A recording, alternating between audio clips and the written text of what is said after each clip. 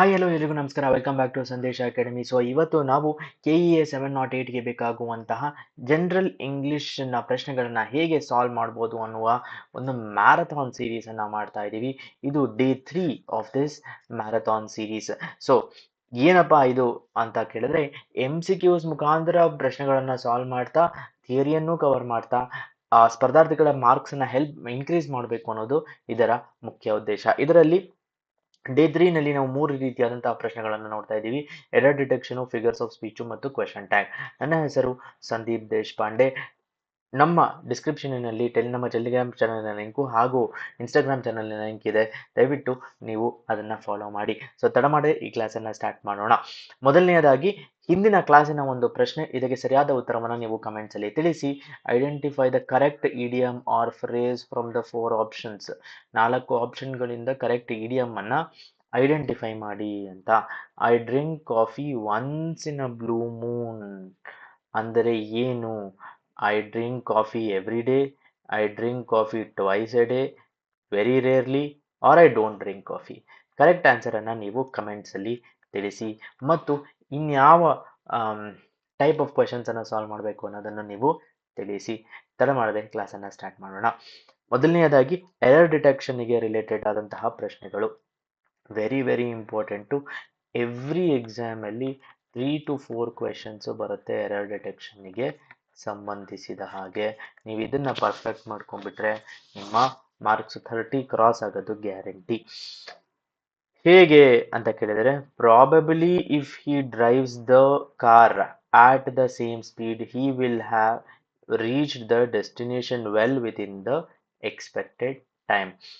First ಏನ್ ಮಾಡಬೇಕು ಅಂತ ಕೇಳಿದರೆ ಒಂದೊಂದು ಸೆಂಟೆನ್ಸಸ್ ಅನ್ನ ನೋಡ್ಕೊಂಡ್ ಬರಬೇಕು. Probably if he drives the car at same speed. ಸರಿ, ನಮ್ಗೆ ಇದರಲ್ಲಿ ಎರರ್ ಇದೆಯಾ ಇಲ್ಲ ಅಂತ ಗೊತ್ತಿಲ್ಲ ಅಂತ ಇಟ್ಕೊಳ್ಳೋಣ. Then he will have reached, ಇದನ್ನು ಮಾರ್ಕ್ ಮಾಡ್ಕೊಳ್ಳೋಣ. ಮೂರನೆಯ ಒಂದು ಸ್ಟೇಟ್ಮೆಂಟು ದ ಡೆಸ್ಟಿನೇಷನ್ ವೆಲ್, ಇದರಲ್ಲಿ ಯಾವ ತಪ್ಪು ಇರೋಕೆ ಸಾಧ್ಯನೇ ಇಲ್ಲ. The destination well within expected time. Destination ಅನ್ನೋದೇನಿದೆ ಎಕ್ಸ್ಪೆಕ್ಟೆಡ್ ಟೈಮ್ಗಿಂತ ಮುಂಚೆ ರೀಚ್ ಮಾಡ್ತಾರೆ ಅಷ್ಟೇ ಇರುವಂಥದ್ದು.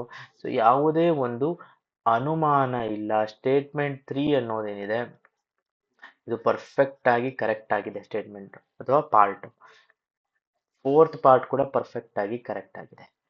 ಇಲ್ಲಿ probably if he drives the car at the same speed, ಪ್ರಾಯಶಃ ಒಂದು ವೇಳೆ ಇವರು ಕಾರನ್ನ ಸೇಮ್ ಸ್ಪೀಡ್ ಅಲ್ಲಿ ಡ್ರೈವ್ ಮಾಡಿದರೆ ಹಿ ವಿಲ್ ಹ್ಯಾವ್ ರೀಚ್ಡ್.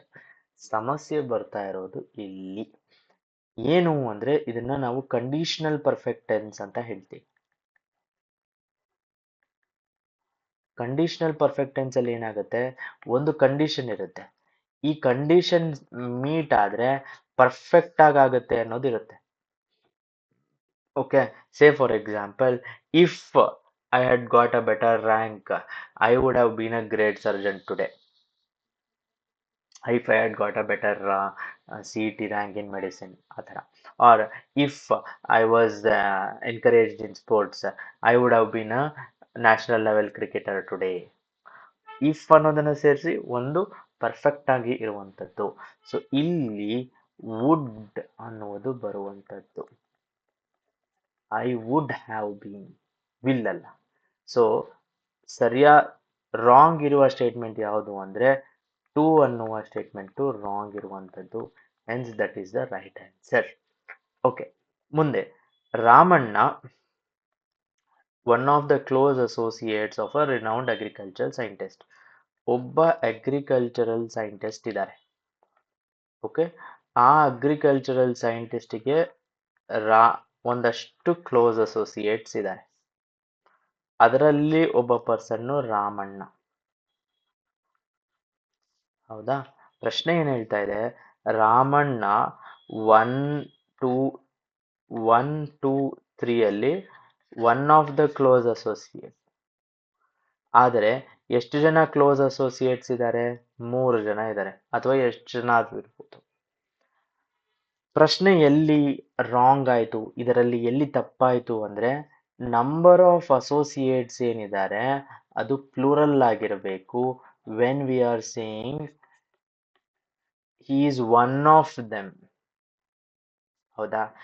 ಇಲ್ಲ ಅಂದ್ರೆ ಸ್ಟೇಟ್ಮೆಂಟ್ ಏನಾಗುತ್ತೆ, Ramanna the only close associate, the only close associate ಅಂತ ಆಗುತ್ತೆ. ಬಟ್ ಅಲ್ಲ, ಅವ್ರು ಹೇಳ್ತಾ ಇದ್ದಾರೆ ಒನ್ ಆಫ್ ದ ಮೆನಿ ಅಂತ. ಆಗ ಈ ಸೆಂಟೆನ್ಸು ನಮಗೆ ಪ್ಲೂರಲ್ ಆಗಬೇಕು. ಈ ವರ್ಡ್ ಪ್ಲೂರಲ್ ಆಗಬೇಕು, ಅಸೋಸಿಯೇಟ್ ಅಲ್ಲ, ಅಸೋಸಿಯೇಟ್ಸ್ ಆಗ ಅಷ್ಟೇ, ಇನ್ಯಾವ ಗೊಂದಲವೂ ಇಲ್ಲ. Of a renowned agricultural scientist, let's A ಇವರ ಹೆಸರನ್ನ ನಾವು ಅಗ್ರಿಕಲ್ಚರಲ್ ಸೈಂಟಿಸ್ಟ್ ಸಾಕಷ್ಟು ಜನ ಇದ್ದಾರೆ, ವೆಂಕಟರಾಮನ್ ಅಂತ ತಗೋಣ. Okay, has one this years best farmer award in the southern region. Perfectly correct, perfectly correct, perfectly correct. But this statement is wrong, ಅಂದರೆ ಇಲ್ಲಿ ಪ್ಲೂರಲ್ ಬರುತ್ತೆ. ಐ ಹೋಪ್ ನಿಮಗೆ ಅರ್ಥ ಆಗಿದೆ ಇದು. ಇಷ್ಟು ಬಿಟ್ಟರೆ ಇನ್ಯಾವುದೂ ಇಲ್ಲ. ಇಲ್ಲಿ ತರ್ಕ, ನಮ್ಮದೊಂದು ಸೂತ್ರ ಏನು ಅಂದರೆ, ಯಾವಾಗ ಒನ್ ಬಂದಿದೆಯೋ, ಒನ್ ಆಫ್ ದ ಅಂತ ಬಂದಿದೆಯೋ, ಅದರ ನೆಕ್ಸ್ಟ್ ವರ್ಡು ಪ್ಲೂರಲ್ ಆಗಿರಬೇಕು. One of the followed by plural, ಅಷ್ಟೇ. ರೈಟ್, ಮುಂದಿನ ಪ್ರಶ್ನೆಗೆ ಹೋಗೋಣ. Neither of the brothers, so ಇಬ್ರು ಬ್ರದರ್ಸ್ ಇದ್ದಾರೆ, ಅವರಲ್ಲಿ ಒಬ್ಬರ ಯಾರಾದರೂ ಅಂತ ಹೇಳೋದು, ಇಬ್ರಲ್ಲಿ ಒಬ್ಬರು ಹ್ಯಾವ್ ಕಮ್ ಫಾರ್ವರ್ಡ್. ಬಟ್ ಒಬ್ಬರು ಅಂತ ಬಂದಾಗ ಸಿಂಗುಲರ್ ಆಗಬೇಕು, ರೈಟ್? ಸೊ ಇದರಲ್ಲಿ ಯಾವುದೇ ತಪ್ಪಿಲ್ಲ, ಈ ಸ್ಟೇಟ್ಮೆಂಟ್ ಪರ್ಫೆಕ್ಟ್ಲಿ ಕರೆಕ್ಟ್ ಆಗಿದೆ. ಇಬ್ಬರಲ್ಲಿ ಒಬ್ರು ಅಂದಾಗ ಒಬ್ಬ ಪರ್ಸನ್ ಅನ್ನ ನಾವು ಆಚೆ ತೆಗೆದಾಗ ಅದು ಸಿಂಗುಲರ್ ಆಗ, ದ ಮೊಮೆಂಟ್ ಅದು ಸಿಂಗುಲರ್ ಆದ ತಕ್ಷಣ ಹ್ಯಾವ್ ಅನ್ನೋದು ಬರೋದಿಲ್ಲ. Correct? Neither of the brothers ಅಂತ ಬಂದು ಸಿಂಗುಲರ್ ಆದ ತಕ್ಷಣ ಹ್ಯಾಸ್ ಆಗುತ್ತೆ, ಹ್ಯಾಸ್ ಕಮ್ ಫಾರ್ವರ್ಡ್. ಅದಾದ ಮೇಲೆ to take responsibility of their aged parents, ಎರಡೂ ಸರಿಯಾಗಿದೆ.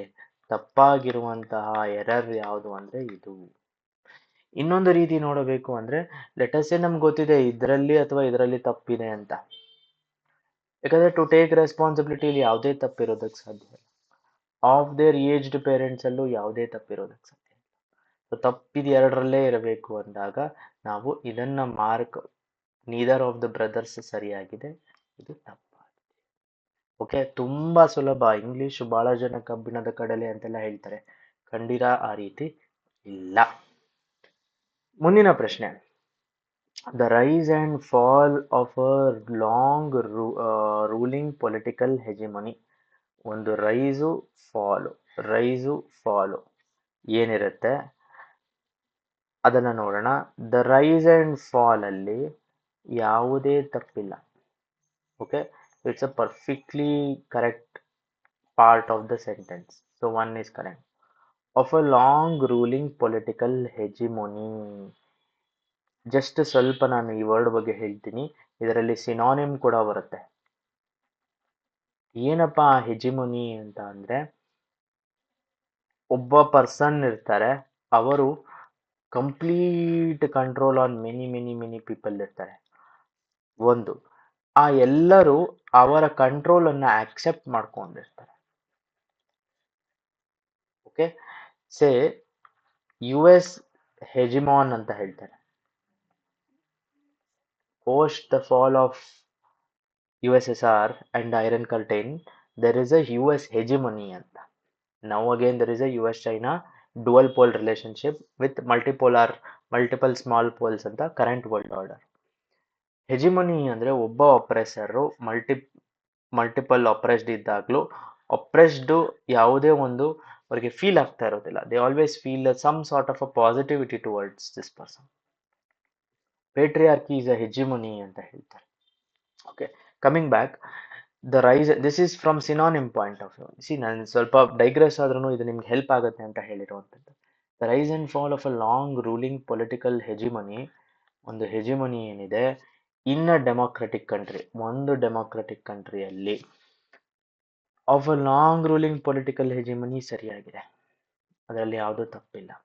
Okay, for example Jyoti Basu ಅಂತ ಒಬ್ರು West Bengal chief minister, one of the longest serving, ಇವಾಗ recently has been replace, but many years ಇದ್ದಂತಹ ಪರ್ಸನ್, ಅವರ ರೈಸ್ ಅಂಡ್ ಫಾಲ್ ಆ ತರ ಒಂದು ಇರೋದನ್ನ, ಲಾಂಗ್ ರೂಲಿಂಗ್ ಇರುವ political hegemony in a democratic country.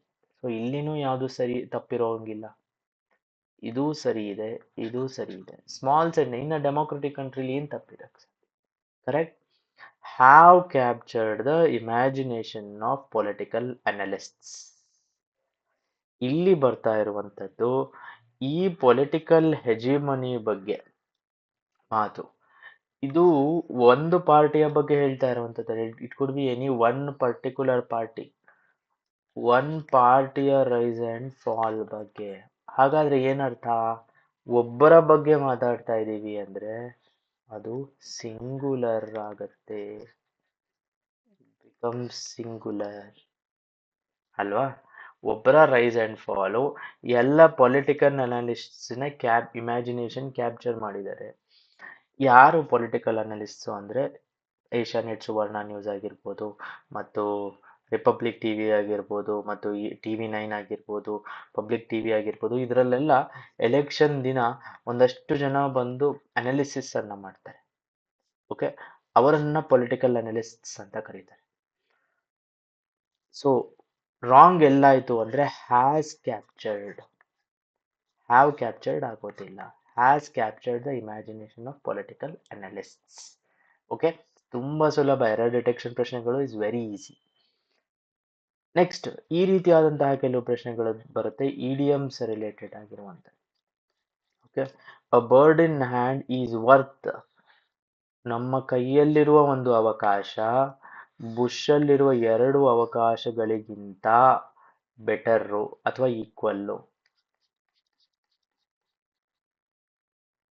Okay, so one bird in hand, ಇದರಲ್ಲಿ ಯಾವುದೇ ಎರರ್ ಇಲ್ಲ. ನೆಕ್ಸ್ಟ್ ಇನ್ ದ ಬುಷ್ ಅಲ್ಲಿ ಇರುವ 2 ಹಕ್ಕಿಗಳು, ಸರಿಯಾಗಿದೆ. ಮತ್ತೆ ಅದು ತಪ್ಪೆಲ್ಲ ಆಗ್ತಾ ಇದೆ, ನಾನು ಆಗ್ಲೇ ಹೇಳಿದೆ ಒಂದು ಬರ್ಡು 2 ಬರ್ಡ್ಗೆ ಈಕ್ವಲ್ ಅಂತ.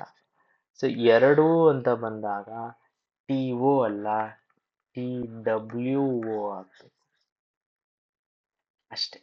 ಅದಷ್ಟು ಮಾಡಿದರೆ ಯಾವ ಎರರು ಇಲ್ಲ. So the wrong statement which is wrong is 2, no error ಅಲ್ಲ, ರೈಟ್.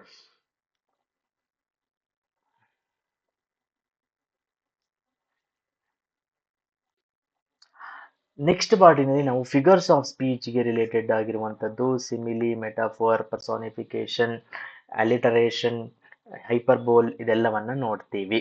ಓಕೆ, ಮೊದಲನೆಯ ಪ್ರಶ್ನೆ ಏನಪ್ಪಾ ಅಂದ್ರೆ ಫಿಗರ್ಸ್ ಆಫ್ ಸ್ಪೀಚ್ ಅನ್ನ ಮ್ಯಾಚ್ ಮಾಡಿ ಅಂತ ಹೇಳ್ತಾ ಇದ್ದಾರೆ. ಸೊಗಸಾದಂತ ಪ್ರಶ್ನೆ, ಸಿಂಪಲ್ ಆಗಿ 2-3 ಗೊತ್ತಿದ್ರೆ ಟಕ್ ಅಂತ ಮ್ಯಾಚ್ ಆಗತ್ತೆ. Okay, first shiny is as ಸ್ಲೈ as a fox.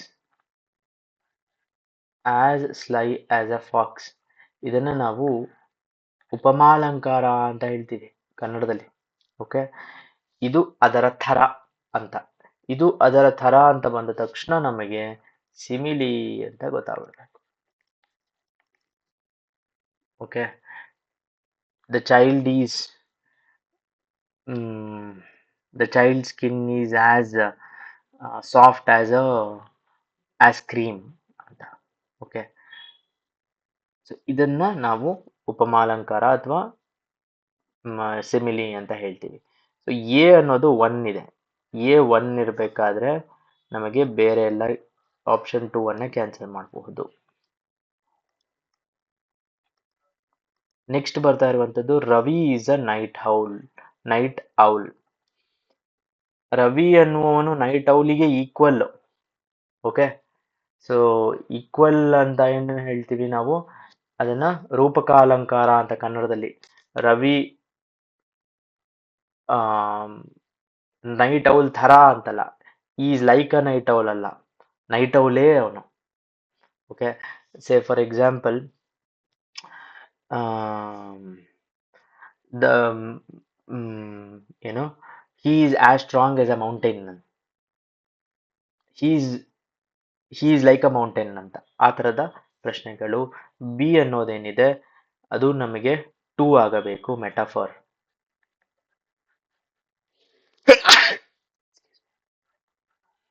So B two ಆಗಬೇಕು ಅಂದ್ರೆ ಇದನ್ನ ಕ್ಯಾನ್ಸಲ್ ಮಾಡಬೇಕು, ಯಾಕಂದ್ರೆ ಇಲ್ಲಿ ಬಿ ತ್ರೀ ಕೊಟ್ಟಿದ್ದಾರೆ. ಸಾರಿ, ಬಿ ತ್ರೀ ಆಗಬೇಕು.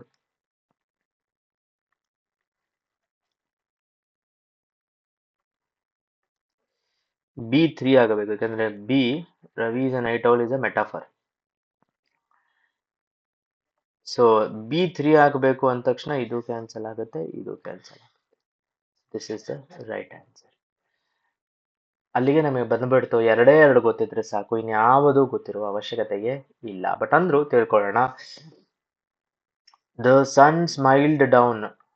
ಸೂರ್ಯನು ಭೂಮಿಯನ್ನ ನೋಡಿ, ಜಗತ್ತನ್ನ ನೋಡಿ ನಕ್ಕನು ಅಂತ. ಇದನ್ನ ವ್ಯಕ್ತೀಕರಣ ಅಂತ ಹೇಳ್ತೀವಿ. ಪರ್ಸಾನಿಫಿಕೇಶನ್.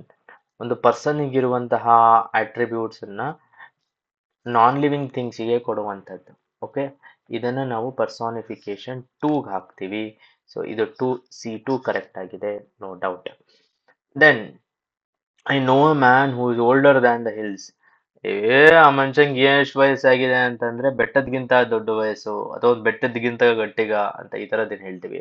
ಎಕ್ಸ್ಟ್ರೀಮ್ಗೆ ಹೋಗ್ಬಿಡೋದನ್ನ ನಾವು ಹೈಪರ್, ಈಸ್ ಹೈಪರ್ ಆಕ್ಟಿವ್ ಅಂತೀವಲ್ಲ, ಹೈಪರ್ಬೋಲ್. Okay, so it is hyperbole. 4 is the right connection.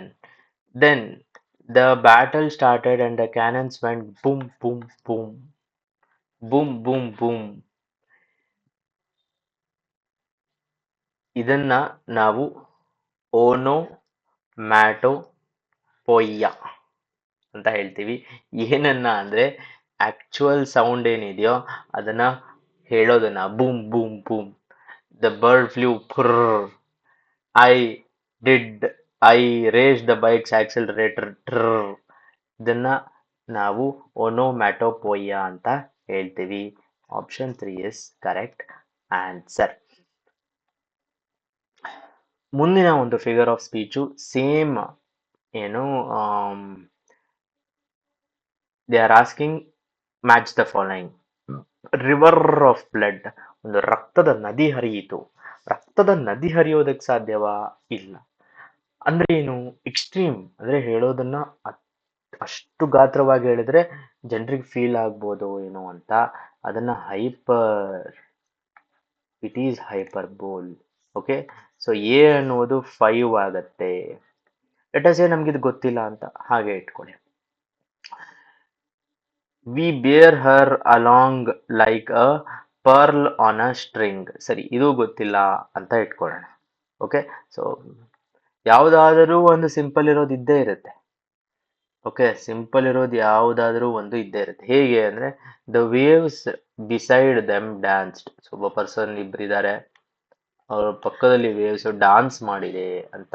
ಅಂದ್ರೆ ಪರ್ಸನ್ನಿಗಿರುವ ವ್ಯಾಲ್ಯೂಸ್ ಅನ್ನ ವೇವ್ಸಿಗೆ, ನಾನ್ ಲಿವಿಂಗ್ ಥಿಂಗ್ಸ್ಗೆ ಕೊಡೋದು. ಇದೇನಾಗುತ್ತೆ? ಪರ್ಸಾನಿಫಿಕೇಶನ್ ಆಗುತ್ತೆ. ಸಿ ಅನ್ನೋದು 3 ಆಗಬೇಕು. ಸಿಗೆ ಹೋಗಿ ಎರಡು ಕ್ಯಾನ್ಸಲ್ ಆಗ್ಬಿಡುತ್ತೆ. 50% ಕ್ಲೋಸ್ ಬಂದಾಯ್ತು ಆನ್ಸರ್ಗೆ. ಓಕೆ, ದೆನ್ ನಾವು ಆಲ್ರೆಡಿ ರಿವರ್ ಆಫ್ ಬ್ಲಡ್ ಅನ್ನೋದನ್ನ ಹೈಪರ್ಬೋಲಿಕ್ ಮಾರ್ಕ್ ಮಾಡಿಬಿಟ್ಟಿದ್ದೀವಿ. Correct.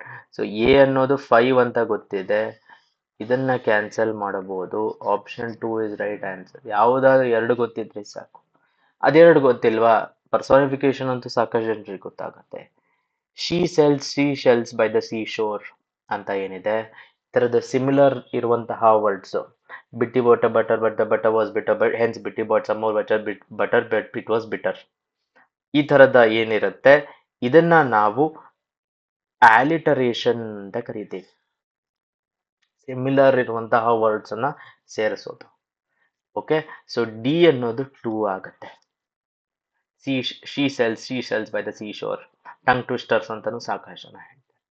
Then finally living dead ಅಂತ ಹೇಳಿದ್ರೆ ಅದು ಬದುಕಿ ಸತ್ತ ಹಾಗೆ, ಸತ್ತು ಬದುಕಿದ ಹಾಗೆ ಅಂತ. ಈ ತರದ ವರ್ಡ್ಸ್ ಏನಿರುತ್ತೆ ಪ್ಯಾರಾಡಾಕ್ಸ್, ಅದನ್ನ ನಾವು ಪ್ಯಾರಾಡಾಕ್ಸ್ ಅಂತ ಟ್ರೀಟ್ ಮಾಡ್ಬೋದು.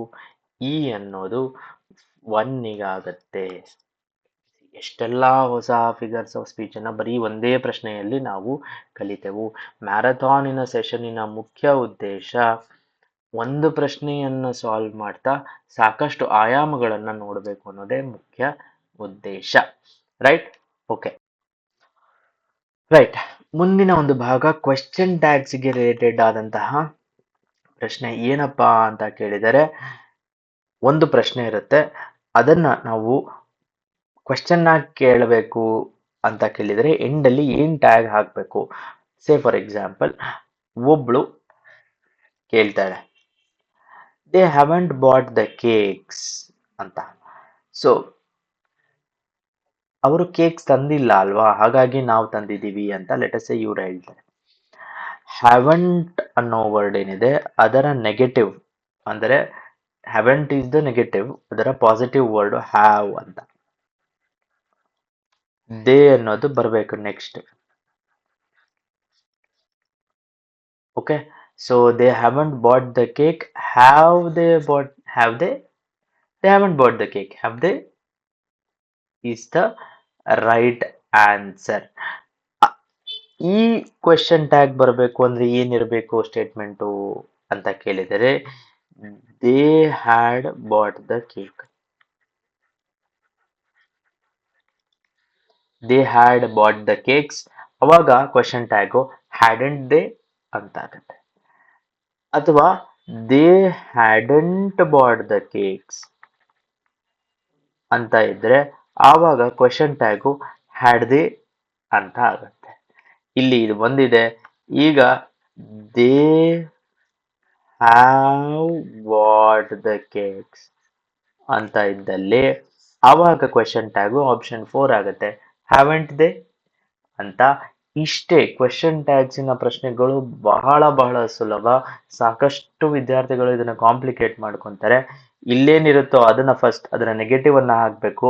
ಇಲ್ಲೇನ್ ಪ್ರೊನೌನ್ ಇರುತ್ತೋ ಸೇಮ್ ಪ್ರೊನೌನ್ ಅನ್ನ ಹಾಕಬೇಕು.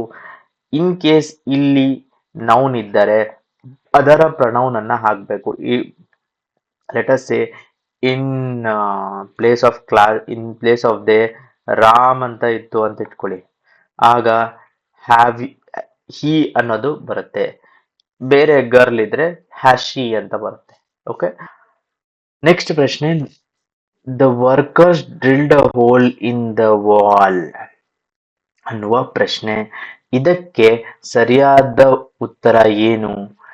ವರ್ಕರ್ಸ್ ಇರೋದ್ರಿಂದ ಇದು ಪ್ಲೂರಲ್ ಆಗತ್ತೆ.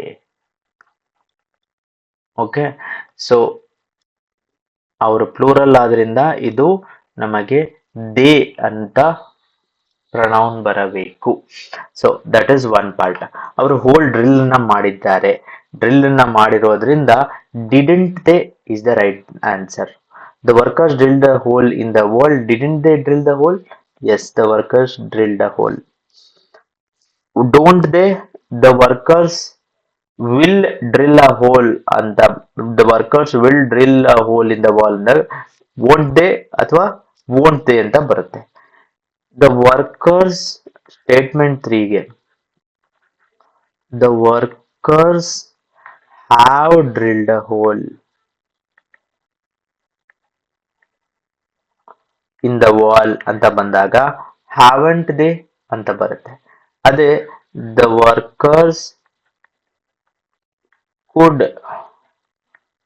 Drill a hole in the wall ಅಂತ ಬಂದಾಗ ಕುಡಂಟ್ ದೇ ಅಂತ ಬರುತ್ತೆ. ಸೊ ಇದು question tag. So then add a suitable question tag. Let's ಒಬ್ಬ ವುಮೆನ್ ಇರ್ತಾಳೆ, ಅವಳು ಒಬ್ಬ ಸೈಕ್ಯಾಟ್ರಿಸ್ಟ್ ಅಥವಾ ಸೈಕಾಲಜಿಸ್ಟ್ ಅಥವಾ ಕೌನ್ಸಿಲರ್ ಅಥವಾ ಥೆರಪಿಸ್ಟ್ ಅಂತ ಏನ್ ಹೇಳ್ತೀವಿ, ಈಗೆಲ್ಲ ಮೆಂಟಲ್ ಹೆಲ್ತಿನ ಬಗ್ಗೆ ಸಾಕಷ್ಟು ಅವೇರ್ನೆಸ್ ಇರೋದ್ರಿಂದ ಅವರು ಕನ್ಸಲ್ಟ್ ಮಾಡ್ತಾ ಇದ್ದಾರೆ. ಯಾರೋ ಒಬ್ರು ಇವರಿಗೆ he made you a better person. ಈ ಕೌನ್ಸಿಲರು, ಈ ಥೆರಪಿಸ್ಟು, ಈ ಸೈಕ್ಯಾಟ್ರಿಸ್ಟು ಇವರು he made you a better person ಅಂತ ಕೇಳಿದಾಗ ಬಿಕಾಸ್ ಹಿ ಅನ್ನೋದಿದೆ, ನಮ್ಮ ಪ್ರೊನೌನ್ ಅಲ್ಲಿ ಹಿ ಬರಬೇಕು. ಸೊ ಅಲ್ಲಿ ಯಾವುದೇ ಒಂದು ಡೌಟ್ ಇಲ್ಲ. ಮೇಡ್ ಆಗಿರೋದ್ರಿಂದ ಹಿ ಮೇಡ್ ಯು, ಅವನು ಮಾಡಿದ್ದಾನೆ. ಮಾಡೋದು ಅನ್ನೋದು ಡೂ ಇನ್ ಅ ವರ್ಡ್.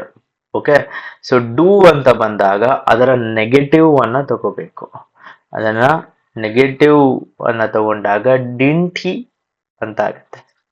ಈ made you a better person, didn't he ಅಂತ ಆಗುತ್ತೆ. ಆರಂಟ್ ಹಿ ಅನ್ನುವುದು ಬರೋದೇ ಇಲ್ಲ, ಯಾಕಂದ್ರೆ ಆರಂಟ್ ಅನ್ನೋದು ನಾವು ಪ್ಲೂರಲ್ಗೆ ಯೂಸ್ ಮಾಡುವಂತ. So he made you a better person, hadn't he ಬರೋದಿಲ್ಲ. He didn't make you a better person ಅಂತಾಗ ಡಿಡ್ ಹಿ ಅಂತ ಬರುತ್ತೆ. ಸೊ ಇದು ಬರಬೇಕು ಅಂದ್ರೆ he didn't make you a better person ಅಂತ ಬಂದಾಗ ಡಿಡ್ ಹಿ ಅಂತ ಬರುತ್ತೆ. ದೆನ್ ಮುಂದಿನ ಪ್ರಶ್ನೆ, the rich are not always happier than the poor. Let us say for example rich people ಇದ್ದಾರೆ, ಅವ್ರಿಗೆ ಸಾಕಷ್ಟು ಪ್ರಾಬ್ಲಮ್ಸ್, ಲೆಟ್ ಅಸ್ ಸೇ ಅವ್ರಿಗೆ ಸಂಶಯಗಳಿರುತ್ತೆ, ಅವ್ರ ದುಡ್ಡನ್ನ ಇಟ್ಕೋಬೇಕು ಅಂತ ಇರುತ್ತೆ, ಸಸ್ಪಿಷನ್ ಇರುತ್ತೆ, then they have their own problems. The rich are not always happier than the poor. Okay, are not the rich. Rich ಅನ್ನೋದು ನಮಗೆ ಒಂದು ಸಮೂಹ, ಸಮೂಹ ಅಂತ ಬಂದಾಗ ಅದರ ಪ್ಲೂರಲ್ಲು ದೇ ಬರುತ್ತೆ. ದೇ ದೇ ದೇ, ಸಿಂಪಲ್ ಆಗಿ ಇದೆಲ್ಲದಕ್ಕೂ ದೇ ಇದೆ, ಅಲ್ಲೇನು ಪ್ರಾಬ್ಲಮ್ ಇಲ್ಲ. ಆರ್ ನಾಟ್ ಅನ್ನ ನಾವು ನೆಗೆಟಿವ್ ಅನ್ನ ಪಾಸಿಟಿವ್ ಮಾಡಬೇಕು. Are they, simple. The rich are not always happier than the poor. Are they, ಅಷ್ಟೇ. There is no confusion. Once you start splitting things and identifying answering, ಯಾವುದೇ confusion ಇಲ್ಲ. ಇದು ಬರಬೇಕಂದ್ರೆ ಏನಾಗಬೇಕು ಅಂದ್ರೆ the rich are always happier than the poor.